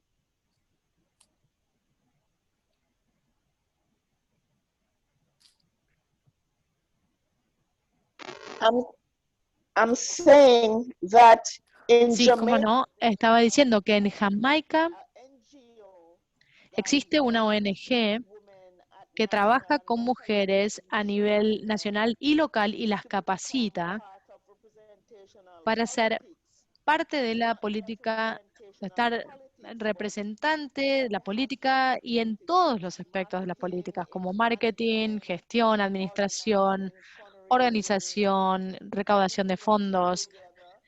Se reúne un equipo, cómo se puede reunir, les dan todas estas herramientas, cómo se trabaja en colaboración con otros en un equipo. Esto está ocurriendo en Jamaica, pero en términos de todo el Caribe hay cuotas, pero dados los obstáculos en los que las mujeres tienen que lidiar también con el cuidado diario de sus hogares, con el trabajo, el doble estándar de la participación en política en realidad, mientras que los hombres pueden salir y tener una esposa y un ayudante, un asistente que se ocupe de esas cosas. Las mujeres no lo tienen realmente para involucrarse realmente. Cuando lo hacen, en realidad, tienen que tener realmente el apoyo para poder mantenerse ahí y poder ascender en la carrera profesional.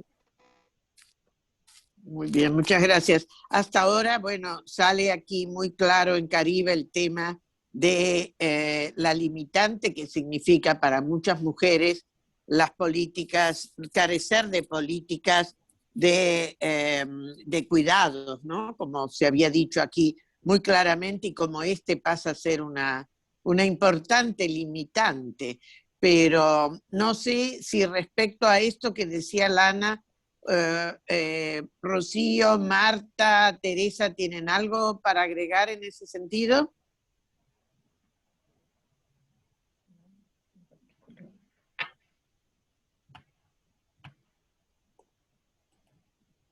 ¿No?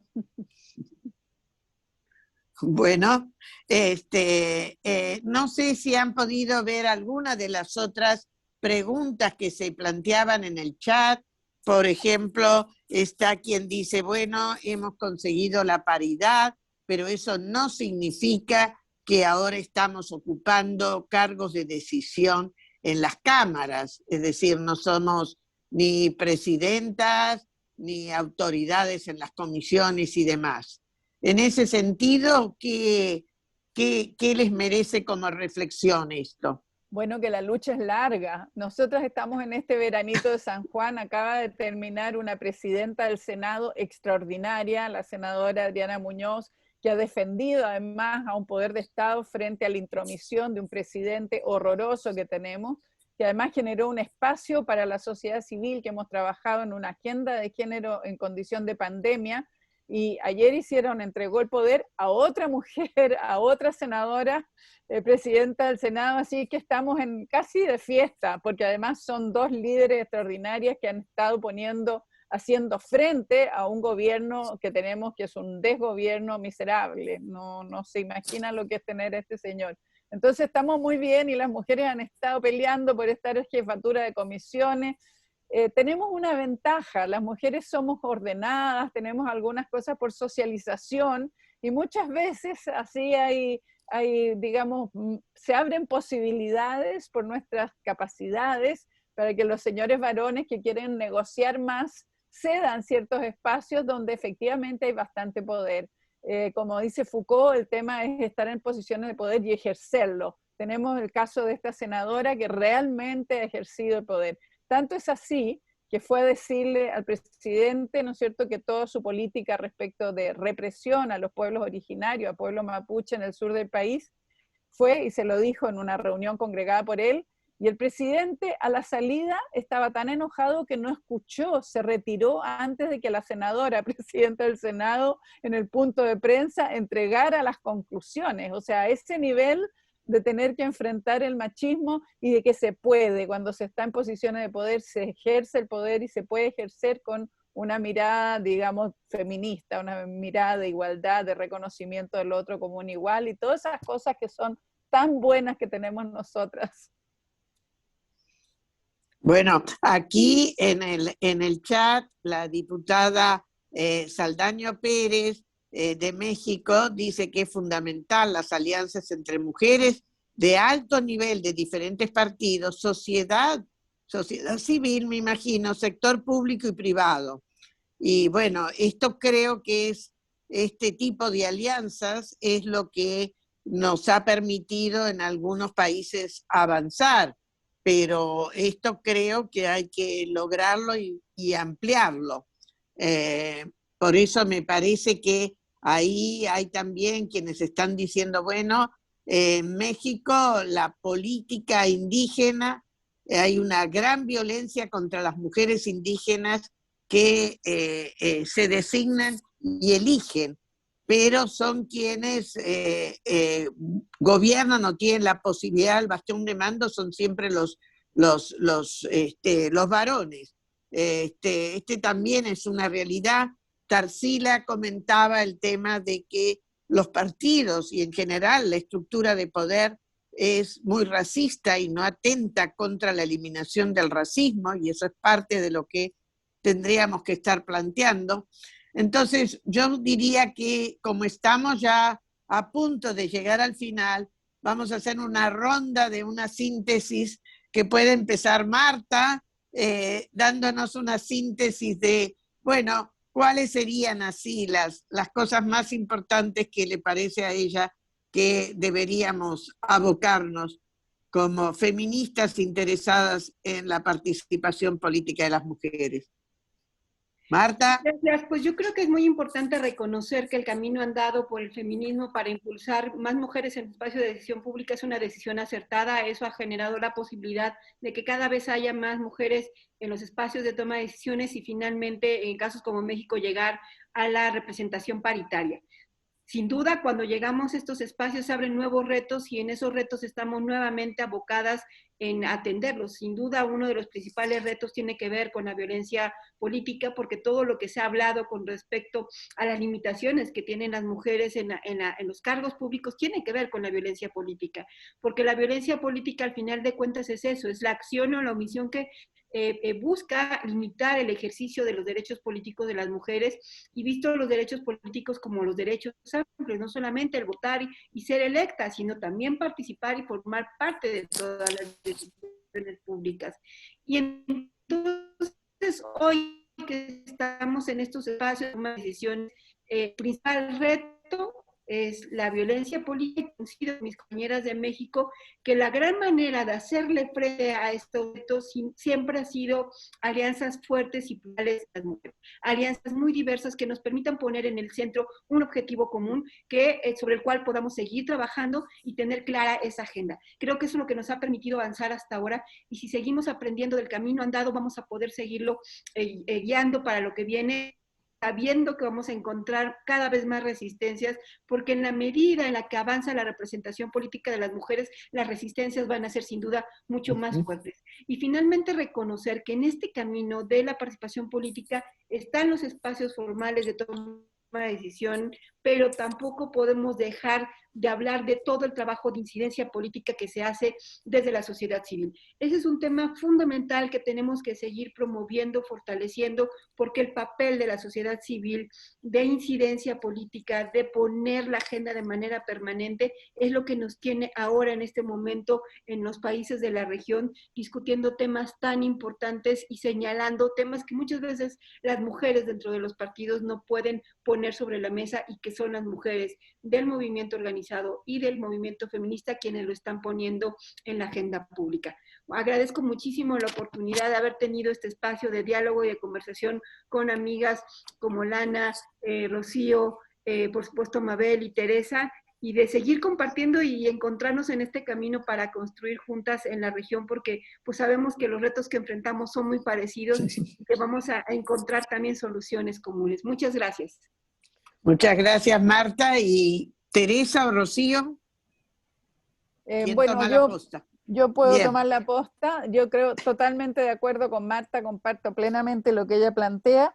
Insistir en la politización de lo que realizamos desde la sociedad civil. No siempre es que eso es traducir al espacio de poder, al cuestionamiento del poder, ¿no es cierto?, aquello que vivimos las mujeres. Lo estamos avanzando en el tema de la economía de los cuidados, pero requiere más fuerza, y probablemente hay muchos otros temas. Hay temas que no hemos abordado con la profundidad que necesitamos, que tiene que ver con las niñas. No hemos mencionado acá el tema que está muy, muy complejo, yo creo, en todos nuestros países, porque están viviendo realizar niñas, niños y adolescentes. Entonces, ¿cómo vamos politizando y incorporando para el trabajo de agenda, para el trabajo con las alianzas que mencionábamos? Después, el viejo y querido control ciudadano. El control ciudadano que lo hicimos tanto en los 90, ¿no es cierto? Y bueno, hay que retomarlo porque nuestros gobiernos, nuestros estados se siguen comprometiendo en una serie de cosas, ¿no es cierto? Y sigue siendo una herramienta eficaz el generar control vía, digamos, de información, vía cifras, vía indicadores, de las distintas maneras. Pienso que eso sigue siendo un camino. Y es fundamental el traspaso, la transferencia generacional.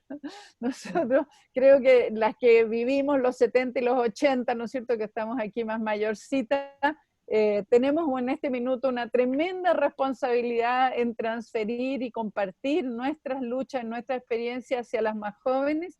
Significa una educación política de otro tipo, porque las realidades son diferentes.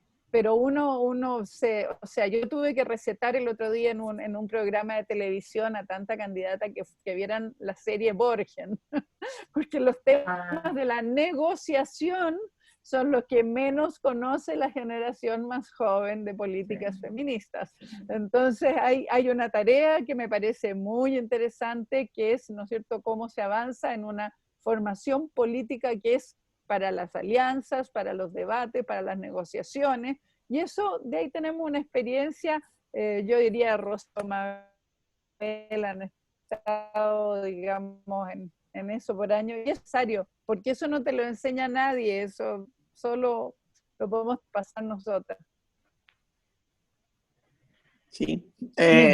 Rocío, Laura. Sí, palabras tanto de Marta como de Tere, en estos desafíos que tenemos, pero hay otro que está permanentemente, digamos que está en el péndulo, ¿no? A veces está mejor y a veces está mucho peor.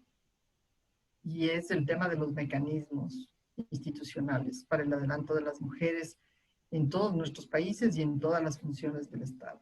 Son apenas pocos países que tienen mecanismos con jerarquía que pueden jugar ese rol de de control, de vigilancia, de seguimiento de la acción estatal, de la aplicación de la norma, en este caso de la cuota y de la paridad.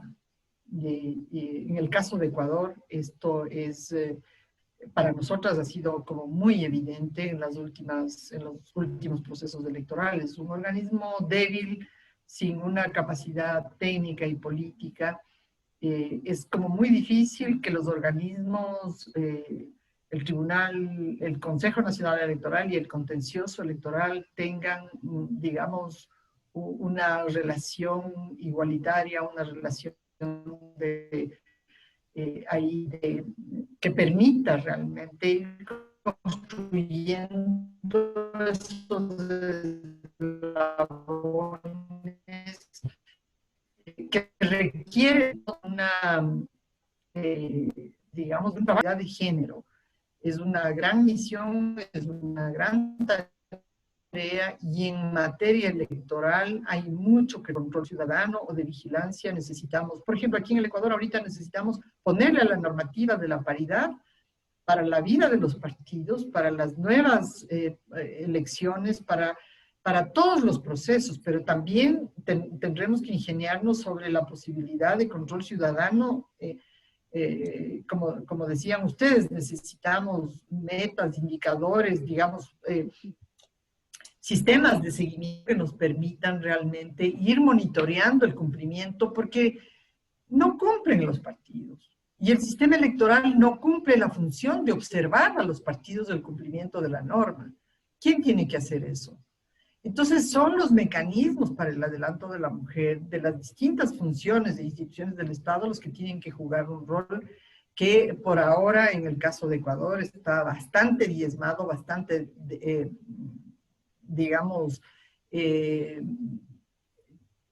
empequeñecido. La verdad es que está muy, muy achicado de talla y con pocas capacidades en medio de una crisis fiscal e institucional profunda. Entonces, el reto se convierte en un problema ciertamente de gran envergadura, porque nos cae todo. Es decir, ¿cómo construimos paridad, democracia paritaria, si las instituciones no se comprometen verdaderamente? Entonces, yo creo que ahí hay un esfuerzo enorme que hay que hacer, y creo que es complementario con todo lo que ustedes han dicho y han señalado.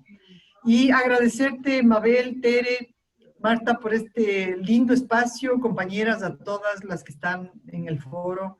Ha sido muy productiva esta reflexión, que la verdad da para muchísimo. ¿Qué terminó, Rocío? Por favor, no sé si tenemos unos minutos para escuchar a Lana. Lana, tus últimos... No sé si todavía estamos en transmisión o ya nos cortaron. No, estamos todavía. Muchas gracias, Mabel. Hemos estado trabajando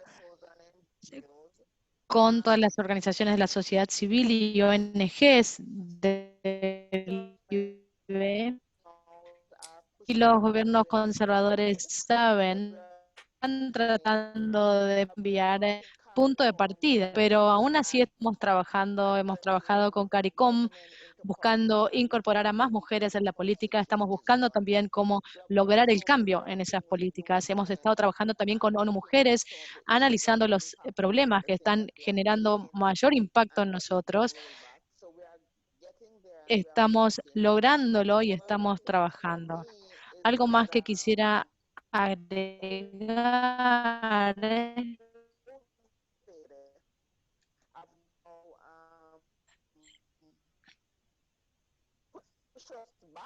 es que si bien hemos o han logrado un retroceso en cuanto a nuestro trabajo, porque hay algunas actividades que no podemos hacer, y las mujeres, no solamente en la política, sino en general, pero no se pueden tomar. Y ahora la dejé de escuchar. Yo me imagino que se estaba Nana. refiriendo a la crisis del COVID también, porque Sí. eso ha afectado al Caribe muy profundamente y bueno, y es algo que seguramente es lo que estaba refiriendo, pero me parece que la perdimos. Así que, bueno, yo quisiera solamente para cerrar agradecerles muchísimo y me encanta que hayamos recordado, que hayamos vuelto a recordar nuestros caminos de control del Estado y control hasta de los partidos políticos y de nosotras mismas, también de nuestro propio funcionamiento, porque esa es la única forma como vamos y hemos conseguido hasta ahora avances y recuperar y encontrar las nuevas formas de negociación, porque uno de los temas que nos ha impuesto esta virtualidad es el cambio en las formas de negociación que para nosotros habían sido muy claras y que eran muy basadas en la presencialidad. Y ahora tenemos todo lo que son las campañas en los medios y todo lo que es el trabajo con la virtualidad. Entonces, eso es algo donde tenemos que intergeneracional nuestra capacidad de impacto hacia lograr políticas cada vez mejores y además fortalecer el que esas políticas finalmente, para que sean reales, están siendo o dadas por la presencia de nuestras mujeres en los parlamentos al hacer leyes que realmente nos incluyen, pero también en los ejecutivos, donde se tienen que cumplir esas leyes. Creo que llegamos al final. Muchas gracias. Esto nunca acaba, pero ha sido una posibilidad de... Gracias a todas y seguimos en comunicación. Un buen fin de la Comisión de la Condición de la Mujer y esperamos tener un buen documento final acordado. Muchas gracias. Adiós. Gracias.